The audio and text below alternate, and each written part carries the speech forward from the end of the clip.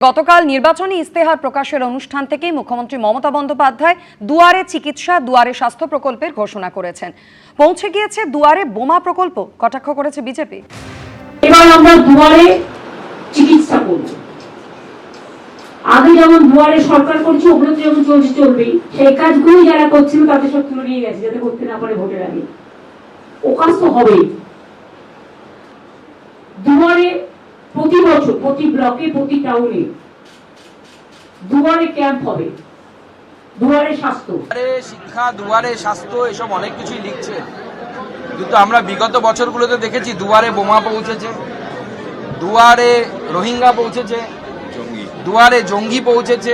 রাজ্যের মানুষ প্রত্যেকেই জানেন যে মুখ্যমন্ত্রী এমনি বললেই কতটা মিথ্যে কথা বলেন, এখন প্রতিজ্ঞা বলে বলছেন। নজিরবিহীনভাবে এবার বিধানসভা নির্বাচনের দিনক্ষণ ঘোষণার 15 দিন আগেই রাজ্যে এসে পৌঁছয় কেন্দ্রীয় বাহিনী। নির্বাচন কমিশন সূত্রে আরও খবর যা পাওয়া যাচ্ছে যে রাজ্যে আসছে আরও কেন্দ্রীয় বাহিনী। 31শে মার্চের মধ্যে রাজ্যে আসছে আরও 300 কোম্পানি কেন্দ্রীয় বাহিনী। এই বিষয় নিয়ে আরও বিস্তারিত আমাদের জানাবেন প্রতিনিধি রুমা পাল আমাদের সঙ্গে রয়েছেন। রুমা, তাহলে 2 দফা ভোটের আগে পর্যন্ত এ রাজ্যে দফায় দফায় মোট কত কোম্পানি কেন্দ্রীয় বাহিনী আসতে পারে বলে নির্বাচন কমিশন সূত্রে খবর?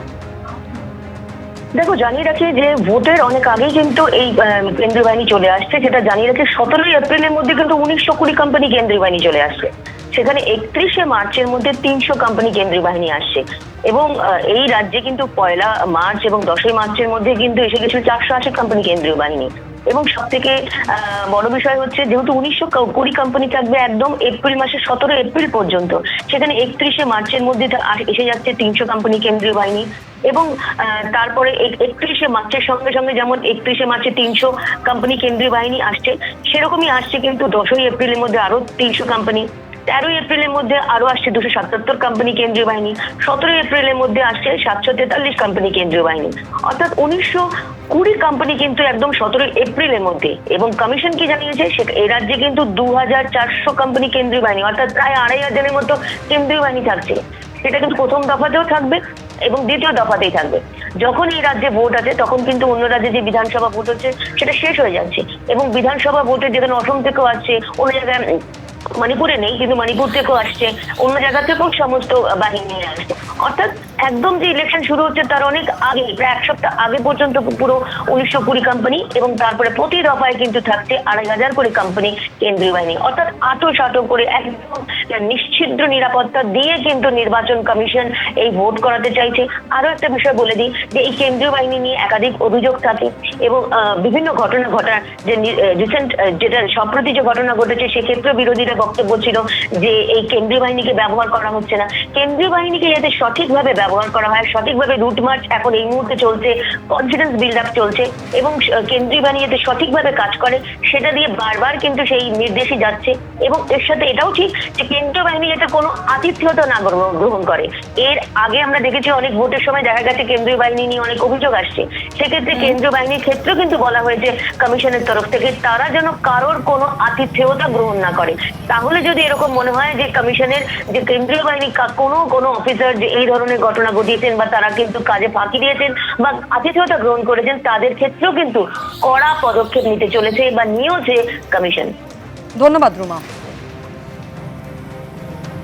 রেকর্ড পরিমাণ কেন্দ্রীয় বাহিনী যেমন পাঠানো হচ্ছে, তার উপরে নজরদারির জন্যও কিন্তু একাধিক নির্দেশিকা দিয়েছে জাতীয় নির্বাচন কমিশনার। মমতা বন্দ্যোপাধ্যায় এবার অভিযোগ করছেন যে প্রধানমন্ত্রীর অফিস থেকে শুরু করে কেন্দ্রীয় স্বরাষ্ট্রমন্ত্রীর অফিস থেকে ফোন করে হুমকি দেওয়া হচ্ছে। শুধু তাই নয়, 20 লক্ষ জওয়ান পাঠানো হচ্ছে যাতে তারা নাকি বুথের ভেতরে ঢুকে ছাপ্পা দিতে পারে।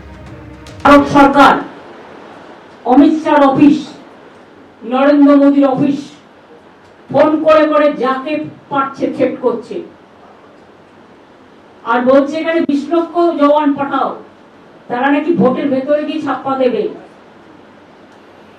পরিকল্পনা অনেক, ইভিএম মেশিন থেকে শুরু করে মানুষকে ভোট দিতে না দেওয়ার অধিকার, বাইরে থেকে গুন্ডা পাঠিয়ে এখন থেকে সমস্ত বাংলা দখল করেছে, সেটা যাতে বাংলার পুলিশ ধরতে না পারে সেই জন্যই কতগুলো পেটুয়া লোককে আগমন করেছে। কুচো থেকে পুনা, উড়ুই থেকে পুই, সব বসে থাকবে, তারা তো বাংলা সব খেয়ে নেবে। মমতা বন্দ্যোপাধ্যায় এবং তৃণমূল কংগ্রেস পশ্চিমবঙ্গের মানুষের কাছে গৃহীত পরীক্ষিত এবং পরিত্যক্ত। বাঙালি আর মমতা বন্দ্যোপাধ্যায়কে বিশ্বাস করেন না এবং এইসব কথাবার্তা বলে যেসব বাজার গরমের চেষ্টা উনি করছেন এগুলো আর হবে না। গরম পড়েছে, তার সঙ্গে নিশ্চিত হারের আতঙ্ক ওনাকে তাড়া করছে। 26-এর নির্বাচন তৃণমূলের বিসর্জন। এবিপি আনন্দ এগিয়ে থাকে, এগিয়ে রাখে।